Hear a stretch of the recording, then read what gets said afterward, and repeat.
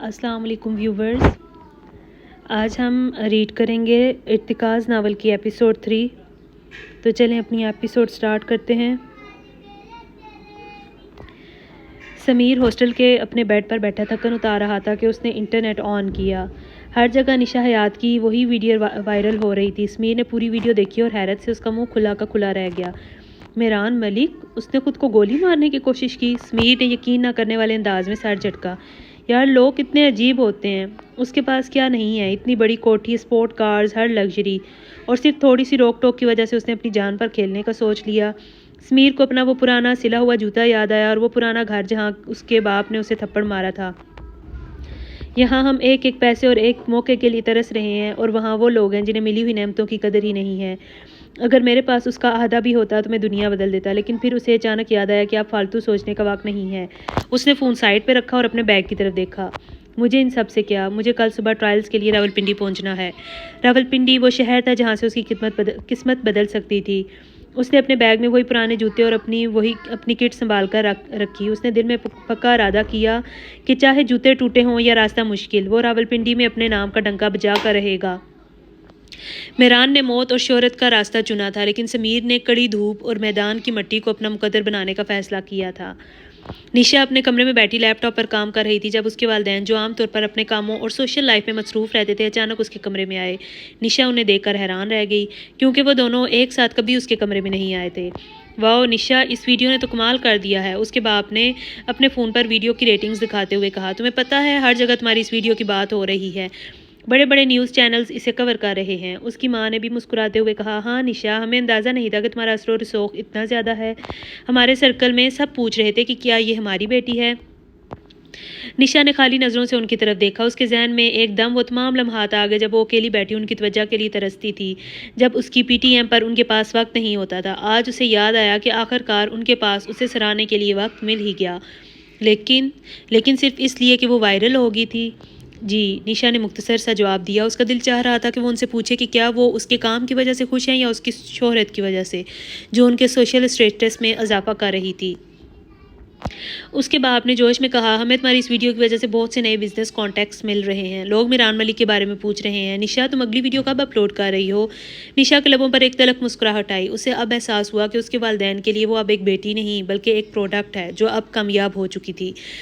जब मेरे पास कहने को कुछ होगा, निशा ने स्पॉट लेजे में जवाब दिया और दोबारा अपने लैपटॉप की तरफ मुतवज्जा होगी।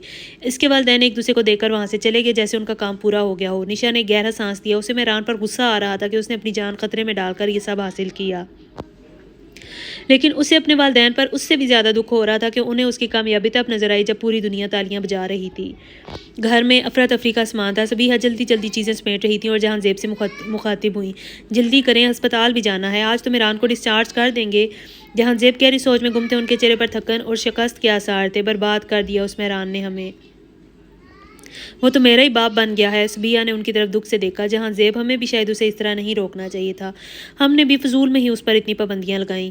फजूल में? जहां जेब हैरान होकर बोले, कि अपने बच्चे की हिफाजत करना, उसे एहसास दिलाना कि वो गलत कर रहा है, ये सब फजूल है। जहां जेब बहुत दुखी थे कि अचानक मुलाजिम अंदर आया। सर, बाहर मीडिया आई है, वो सवाल कर रहे हैं कि मेहरान ने खुदकशी क्यों करना चाहिए। जहां जेब ये सुनकर दंग रह गए। मैं उन्हें कोई जवाब नहीं दूंगा, जिसने मरना चाहा है उसी से सवाल करो। सबिया एक कदम आगे आई। अब ये सब क्या हो रहा है? ये सब मेहरान का काम है, उसी ने मीडिया इधर भेजी होगी। पहले निशा से वीडियो बनवाई और अब मीडिया भेज दी, यानी ये मीडिया को हथियार बना रहा है। जहां जेब गुस्से में तेजी से बाहर आ गए। बाहर आते ही मीडिया के नुमाइंदों ने उन्हें घेर लिया। जी, क्या कहना है आप लोगों को? जहां जेब जोर से चिल्लाए। दूसरी तरफ मेहरान अस्पताल के बेड पर लेटा अपने फ़ोन पर लाइव न्यूज़ देख रहा था और खुश हो रहा था। एक रिपोर्टर ने सवाल किया, सर, मेहरान ने खुदकुशी की कोशिश क्यों की? निशा हयात ने अपनी वीडियो में तो कहा है कि उन्होंने अपने वालिदैन से तंग आकर ये कदम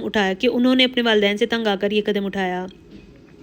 जहां जेब ने कैमरे की तरफ गुस्से से देखा और बोले, देखें निशा हयात हमारी कोई फैमिली मेम्बर नहीं है जिसे हमारे हालात पता हों और वो इस दावे से बात कर सके। लोगों को तो बस मौका चाहिए होता है। जो लोग चंद व्यूज़ के भूखे होते हैं, वो व्यूज़ के लिए किसी भी हद तक गिर सकते हैं। वो ये भी नहीं देखते कि उससे किसी की साख कितनी ख़राब हो रही है।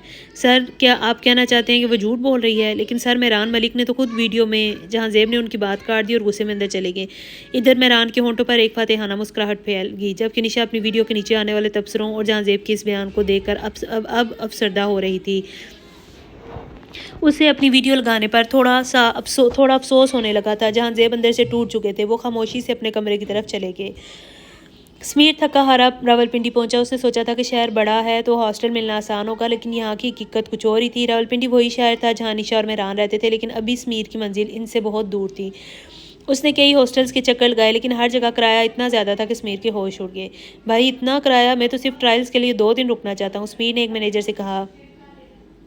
बेटा रावलपिंडी है, यहाँ सस्ता सुकून नहीं मिलता, मैनेजर ने रूखा सा जवाब दिया। आखिरकार समीर को एक पुरानी गली में एक इंतहाई गंदा और सस्ता होटल मिला। कमरा इतना छोटा था कि सांस लेना मुश्किल था। दीवारों से पेपड़ी उतर रही थी और वहाँ अजीब सी बदबू थी। समीर ने अपना बैग एक कोने में रखा और वहीं ज़मीन पर बिछे पुराने गद्दे पर बैठ गया। कल उसकी ज़िंदगी के सबसे बड़े ट्रायल्स थे, लेकिन आज की रात गुजारना ही एक इम्तिहान था। समीर ने अपना फ़ोन निकाला और अंधेरे कमरे में बैठकर खुद से बातें करने लगा। उसके ख्यालात आजकल की जनरेशन जेन ज़ी की तलखियों की अक्कासी कर रहे थे। लोग कहते हैं कि हमारी जनरेशन बहुत आसान ज़िंदगी जी रही है क्योंकि हमारे पास इंटरनेट है, पर कोई ये क्यों नहीं देखता कि हम हर पल एक जंग लड़ रहे हैं। हमें हर रोज़ खुद को साबित करना पड़ता है। एक तरफ वो लोग हैं जिन्हें सब कुछ प्लेट में सजा कर मिल जाता है, और दूसरी तरफ मुझ जैसे हैं जो एक सस्ती छत के लिए भी दर दर भटक रहे हैं। समीर ने एक ठंडी आह भरी और जारी रखा। जेन-ज़ी को समझना आसान नहीं है। हम वो लोग हैं जो बाहर से कूल दिखने की कोशिश करते हैं, मगर अंदर से हमें ये डर खाता रहता है कि अगर हम नाकाम हो गए तो हमारा क्या होगा। हमारे पास प्लान बी नहीं होता। हमें सिखाया जाता है कि ख्वाब देखो, मगर इन ख्वाबों की कीमत कोई नहीं बताता। आज मैं इस गंदे हॉस्टल में बैठा हूँ सिर्फ इस उम्मीद पे कि कल मेरी किस्मत बदल जाएगी। हम जनरेशन गैप की इस दरार में खड़े हैं जहाँ बड़े हमें समझते नहीं और छोटे हमें देखते हैं। उसने अपनी आंखें बंद की और बोला, दुनिया को लगता है कि हम आज़ाद हैं, पर हम अपने ही ख्वाबों के कैदी हैं। हमें समझना है तो हमारी आंखों में वो थकन देखो जो हम छुपाए फिरते हैं। मेहरान अस्पताल से डिस्चार्ज होकर अपने कमरे में बेड पर बड़े सुकून से लेटा हुआ था। उसके हाथ में फ़ोन था। वो उन वीडियोस को देखकर लुत्फ़अंदोज़ हो रहा था जिसमें जहांजेब लोगों को यकीन दिलाने की कोशिश कर रहे थे।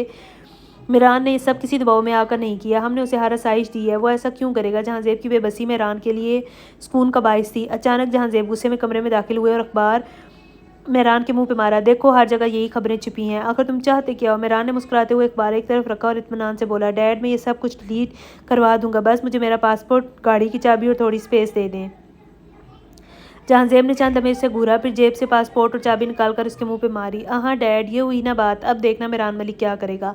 वैसे डैड मैंने आपको दिखाना था कि मीडिया के साथ मेरे कनेक्शंस भी कितने स्ट्रॉन्ग है, मेहरान ने फातिहाना अंदाज में कहा। जहांजेब ने बात का रुख बदला और पूछा, तो तुमने पढ़ाई छोड़ दी? नहीं डैड, अगले साल MD कैट का टेस्ट देना है मैंने। मेहरान ने जवाब दिया, तुम ना ही दो, जो करना है करो। जहांजेब अब बिल्कुल तंग आ चुके थे। मेहरान ने जोर का कहकर लगाया, वाओ ये आप कह रहे हैं डैड, थैंक यू। जहांजेब ने मेहरान की आंखों में चमकती हुई खुशी देखी तो वो खुद भी उसके पास बैठ गए। तो फिर आगे के क्या प्लान है? जहांजेब ने बज़ाहिर नरमी से पूछा। देखता हूँ, मेहरान ने सोचते हुए कहा। जहांजेब वहाँ से उठने लगे और फिर मुड़कर मेहरान की तरफ देखा। अब तुम जहाँ मर्जी जाओ, मेरी तरफ से तुम आज़ाद हो मेहरान। मेहरान की खुशी का कोई ठिकाना ना रहा। जहांजेब जैसी कमरे से बाहर निकले, सबिया जो बाहर खड़ी सुन रही थी परेशानी से उनके पीछे आई। ये क्या कह दिया आपने उसे? वो जहाँ मर्जी जाए? जहांजेब के चेहरे पर एक पुसरार और सख्त तासुर आया। हाँ सबिया, उसे लगता है कि उसका बाप कुछ नहीं कर सकता। जो हरकत उसने की है, मैं अब उसे ज़बान से कुछ नहीं कहूँगा। ये उसकी भूल है कि वो जीत गया है। सख्ती तो अब शुरू होगी सबिया, बस तरीका बदल गया है। समीर अपने ट्रायल्स ख़त्म करके स्टेडियम से बाहर निकला। उसके चेहरे पर धूल और पसीना था, मगर आंखों में उम्मीद थी। अचानक एक चमकती हुई स्पोर्ट्स कार उसके करीब आकर रुकी। गाड़ी का दरवाज़ा खुला और मेहरान, जिसके पेट पर अभी भी पट्टी बंधी हुई थी, बाहर निकला। वो यहाँ बस घूमने फिरने और अपनी नई आज़ादी का जश्न मनाना ही आया था। मेहरान ने समीर की किट और उसके पुराने जूतों को देखकर तंजिया मुस्कुराहट के साथ पूछा, ट्रायल्स देने आए हो? क्या नाम है तुम्हारा? समीर ने उसे पहचान लिया था। ये वही लड़का था जो न्यूज़ में छाया हुआ था। समीर, उसने मुख्तसर जवाब दिया। दोनों वहीं एक बेंच पर बैठ गए। बातों बातों में मेहरान ने बड़े फ़ख्र से बताया कि कैसे उसने अपने बाप को झुकाया, कैसे खुद को गोली मारी और कैसे अब वो आज़ाद है। समीर खामोशी से सुनता रहा। फिर उसने अपनी कहानी सुनाई। उसने बताया कि कैसे वो एक रुपये के लिए तरसा, कैसे उसके बाप ने उसे घर से निकाला और वो कैसे इन टूटे हुए जूतों में अपने ख्वाबों की जंग लड़ रहा है। समीर को लगा था कि शायद मेहरान उसकी तकलीफ़ को समझेगा, मगर मेहरान ने एक ठंडी आह भरी और कंधे उचकाए। इंटरेस्टिंग, तुम्हारी ज़िंदगी तो किसी फिल्मी ड्रामे जैसी है। खैर, good luck with your cricket. Mehran ने अपनी गाड़ी की चाबी उंगली पर घुमाई, ऐनक लगाई और समीर की बात को घास डाले बगैर वहाँ से चला गया। समीर वहीं खड़ा इसे देखता रह गया। उसे मेहरान पर गुस्सा भी आ रहा था और दुख भी। उसके पास सब कुछ है, समीर ने बड़बड़ाते हुए कहा, उसके पास वो छत है जिसके लिए मैं तरस रहा हूँ, वो बाप है जो उसकी फ़िक्र में पागल है और ये इन नेमतों को कचरे की तरह फेंक रहा है। काश इसे पता होता कि भूख और बेघरी क्या होती है। समीर को पहली बार एहसास हुआ कि कुछ लोग इतने अमीर होते हैं कि उनके पास एहसास नाम की कोई चीज़ नहीं होती। वो अपना बैग कंधे पर डालकर पैदल ही हॉस्टल की तरफ चल दिया, जबकि मेहरान की गाड़ी का धुआं फ़िज़ा में उड़ रहा था। निशा अपने बेड पर बैठी थी जब मेहरान की कॉल आई। मेहरान की आवाज़ में एक अजीब सी फतेहाना चमक थी। निशा, देखा तुमने? मैंने कहा था ना मैं अपनी जंग खुद लड़ सकता हूँ। अब तो तुम बहुत खुश होगी। मेरे बाप ने घुटने टेक दिए। मुझे मेरा पासपोर्ट, गाड़ी और वो तमाम अयाशियाँ वापस मिल गई हैं जिनसे उन्होंने मुझे महरूम किया था। निशा की आंखें ये सुनकर नम हो गईं। उसे खुशी नहीं बल्कि एक अनजाना सा डर महसूस हो रहा था। जहांजेब अंकल, क्या वो तुमसे नाराज़ हैं? उसने धीमी आवाज़ में पूछा। पता नहीं, लेकिन ये ज़रूर पता है कि अब वो मेरी अय्याशियों के बीच नहीं आएंगे। मेहरान ने लापरवाही से कहा। अच्छा सुनो, आज मैं स्टेडियम के बाहर एक अजीब से लड़के से मिला। समीर नाम था उसका। पुराने सिले हुए जूते, चेहरे पर गर्द और ऐसी बातें कर रहा था जैसे पूरी दुनिया का दुख उसी के पास हो। बहुत ही बोरिंग और अजीब सा था वो। निशा को यह सुनकर बेख्तियार उस अनजान लड़के पर तरस आया। उसने सोचा कि शायद वो लड़का मेहरान को यह एहसास दिलाने आया था कि ज़िंदगी सिर्फ गाड़ियों और पैसों का नाम नहीं है। निशा ने कहा, शायद वो तुम्हें ये बताने आया था कि तुम गलत हो मेहरान। जिस आज़ादी पर तुम इतरा रहे हो वो किसी की ज़िंदगी की सबसे बड़ी जदोजहद हो सकती है। कम ऑन निशा, मैं कल भी उससे मिलने जाऊँगा। मेहरान ने हंसते हुए कहा। उसकी बातें ऐसी हैं जैसे वो कोई राइटर हो। उसे क्रिकेटर नहीं राइटर बनना चाहिए, है ना? निशा ने कोई जवाब नहीं दिया और थोड़ी देर बाद कॉल बंद हो गई।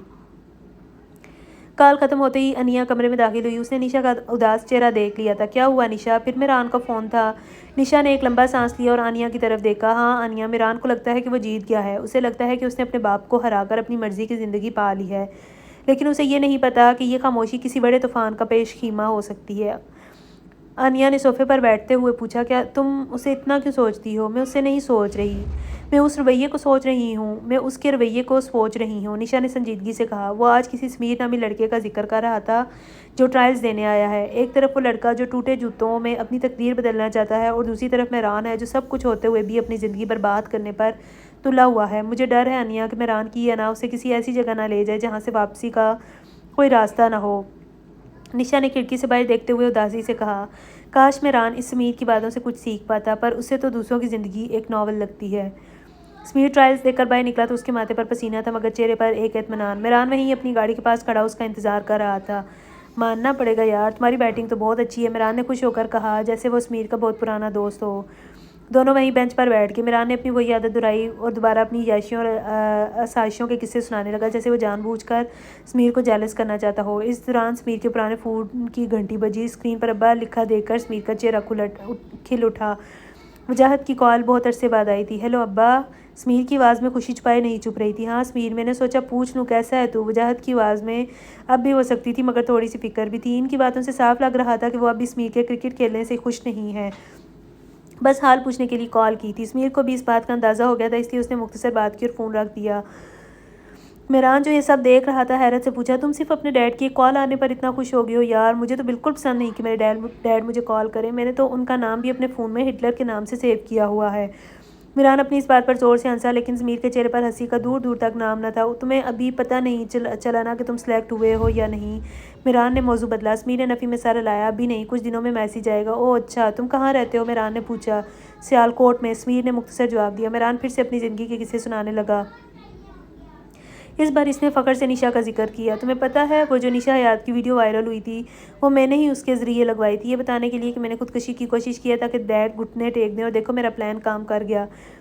मेहरान बोलता जा रहा था। निशा को लगता है कि वो बहुत बड़ी सोशल वर्कर है, लेकिन मैं जानता हूँ कि उसे कैसे इस्तेमाल करना है। अब डैड मुझे कुछ नहीं कहते, मैं जो चाहूँ कर सकता हूँ, जहाँ चाहूँ जा सकता हूँ। समीर ने उसे गौर से देखा। उसे यकीन नहीं आ रहा था कि कोई अपने वालिदैन को झुकाने के लिए अपनी जान का सौदा कर सकता है और इस पर फ़ख्र भी कर सकता है। उसे मेहरान की बातें अब इंटरेस्टिंग नहीं बल्कि तकलीफ़ दे लग रही थी।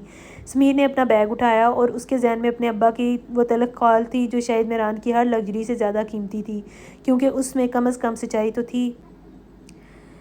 तो व्यूवर्स, ये थी हमारी आज की एपिसोड 3। उम्मीद करती हूँ कि आपको ये नावल पसंद आ रहा होगा। अल्लाह हाफिज़।